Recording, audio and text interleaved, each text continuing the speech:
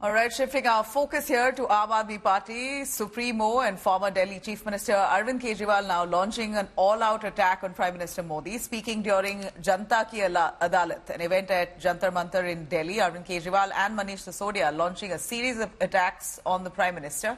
Arvind Kejriwal says Prime Minister Modi conspired against the AAP, also conspired to portray Sisodia and Kejriwal as corrupt. Kejriwal has also said the Prime Minister Modi tried to taint the image of Aam Aadmi Party netas, saying he was not hungry for power and that he did not come to politics to warm his chair.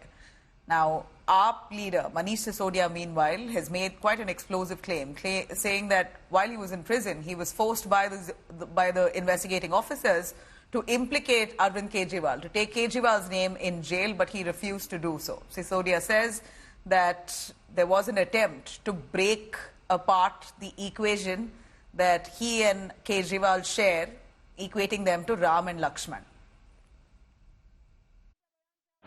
Modi ji को लगने लगा कि अगर इनसे जीतना है तो इनकी ईमानदारी पे चोट करो, इनको बेईमान साबित करो।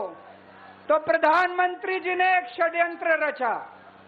उन्होंने षड्यंत्र रचा, केजरीवाल को बेईमान साबित करो, मनीष सिसोदिया को बेईमान साबित करो, आम आदमी पार्टी को बेईमान साबित करो।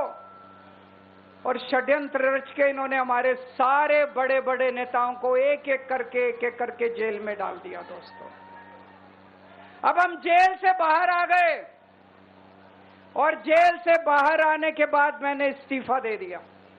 बीजेपी आरएसएस की कोख से पैदा हुई है कि नहीं है? कहा जाता है ये देखना आरएसएस की जिम्मेदारी है कि बीजेपी पथभ्रष्ट ना हो। मैं मोहन भागवत जी से पूछना चाहता हूं, क्या आप आज की बीजेपी के इन कदमों से सहमत हैं? क्या आपने कभी मोदी जी से ये सब ना करने के लिए बोला? मोहन भागवत जी बताएं कि क्या आपने मोदी जी को ये सब गलत हरकतें करने से रोका कभी? आपके मन में ये चल रहा होगा कि केजरीवाल ने इस्तीफा क्यों दिया। मैंने इस्तीफा इसलिए दिया क्योंकि मैं ये सब करने के लिए, गंद करने के लिए नहीं आया था। मैं भ्रष्टाचार करने के लिए नहीं आया था। मैं सत्ता का लालच, सत्ता की भूख नहीं है मेरे को सीएम की कुर्सी की भूख नहीं है। मैं पैसे कमाने नहीं आया। पैसे कमाने होते इनकम टैक्स कमिश्नर की नौकरी करता था। उस नौकरी में जितने करोड़ों रुपए चाहता मैं कमा सकता था। पैसे नहीं कमाने, देश के लिए आए थे, भारत माता के लिए आए थे, देश की राजनीति बदलने के लिए आए थे। दोस्तों, इन्होंने मेरा सब कुछ छान मारा, सर का सब कुछ छान मारा, घर द्वार सब खगोल डाला, कुछ नहीं मिला।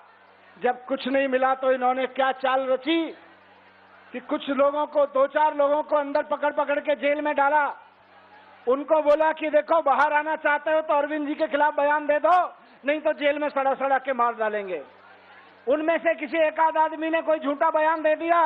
उस झूठे बयान के आधार पर मुझको, संजय सिंह को और अरविंद केजरीवाल जी को जेल में डाल दिया।